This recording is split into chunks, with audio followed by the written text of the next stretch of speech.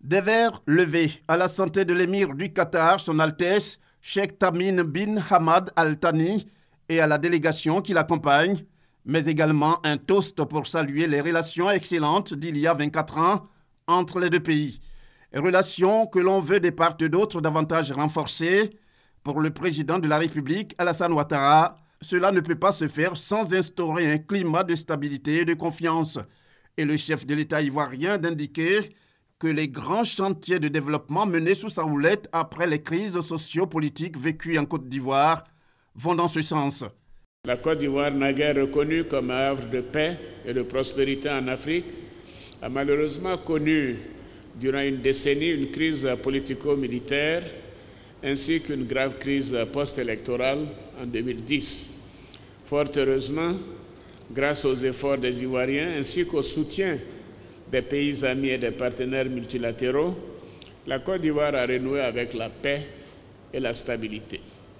Ainsi, nous avons pu organiser dans la paix des élections présidentielles en octobre 2015, puis un référendum constitutionnel en octobre 2016 qui a permis l'avènement de la Troisième République.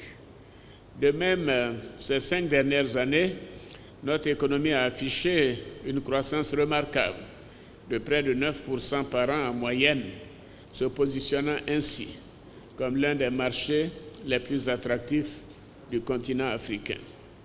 Altesse, la Côte d'Ivoire et le Qatar entretiennent des relations diplomatiques depuis 1993.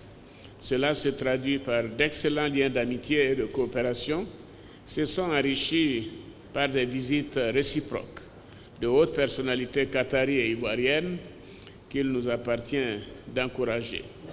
À cet égard, je voudrais vous réitérer mes sincères remerciements pour l'accueil chaleureux et fraternel qui m'a été réservé, ainsi qu'à la délégation qui m'accompagnait à l'occasion de la visite officielle que j'ai effectuée dans votre beau pays en mai 2013. Aussi, le président de la République précise-t-il que les bons résultats au bout de ses efforts font que la Côte d'Ivoire peut aujourd'hui se targuer d'être une destination favorable aux investisseurs. Mon ambition est de faire de la Côte d'Ivoire un pays émergent à l'horizon 2020.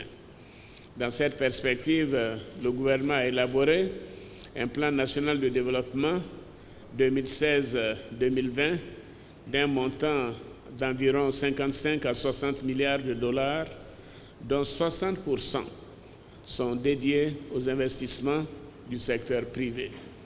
La Côte d'Ivoire reste un marché libre, ouvert et concurrentiel, donc ouvert aux investisseurs de votre pays. Je n'ai aucun doute que les dynamiques entrepreneurs et hommes d'affaires qataris sauront saisir les opportunités d'affaires en Côte d'Ivoire. Particularité de cette visite de l'émir du Qatar, Al Thani, à Abidjan, elle en est la première qu'un chef d'État qatari effectue sur le territoire ivoirien. Ce qui fait dire au président Alassane Ouattara que c'est un grand honneur rendu à la fois à la Côte d'Ivoire et à son peuple.